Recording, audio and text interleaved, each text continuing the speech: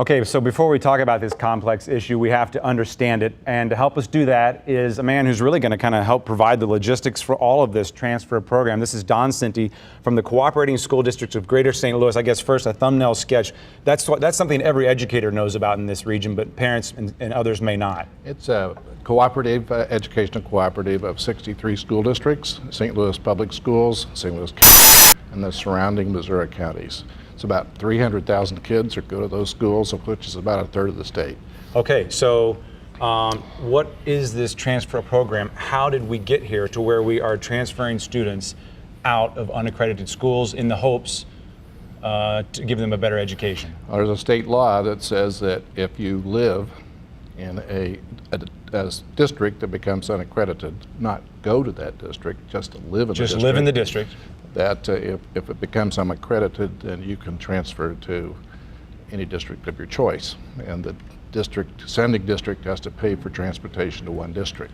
So if I live in the Riverview Gardens or the Normandy school districts, I don't have to go to those schools. My kids don't have to go to those schools, but if we live there, we can go to any school in a neighboring county that adjoins St. Louis County. St. Louis County or a neighboring county, yes, or the city for that matter.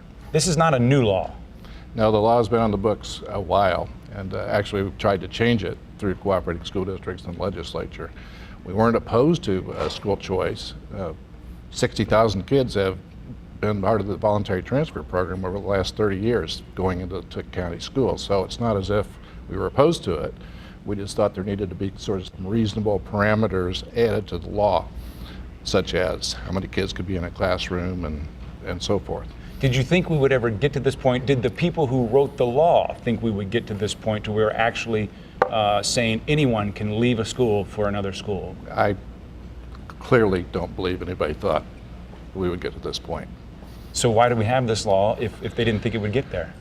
Well, it's been on the books, and we tried to change it in the legislature. Just weren't able to get that done. I think probably they will now. Okay, so what are you seeing? Let's get to our current day situation.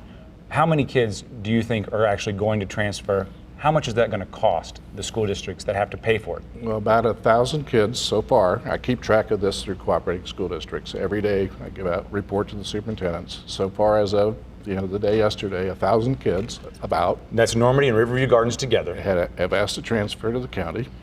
I'll have to say 99,000 kids are not transferring. That's an important point I want to make sometime during this conversation. That's an important point too that I know some of the superintendents of those two districts have tried to make. This is a choice. Students do not have to transfer.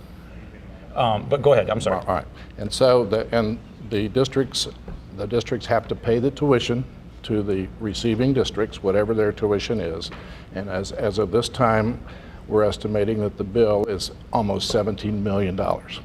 Say that again. The bill so far for 1,000 kids is? About $17 million for their tuition and also to provide transportation to Francis Howell and to Melville. Parents haven't had to make a decision on this yet. Where do you think these numbers might go?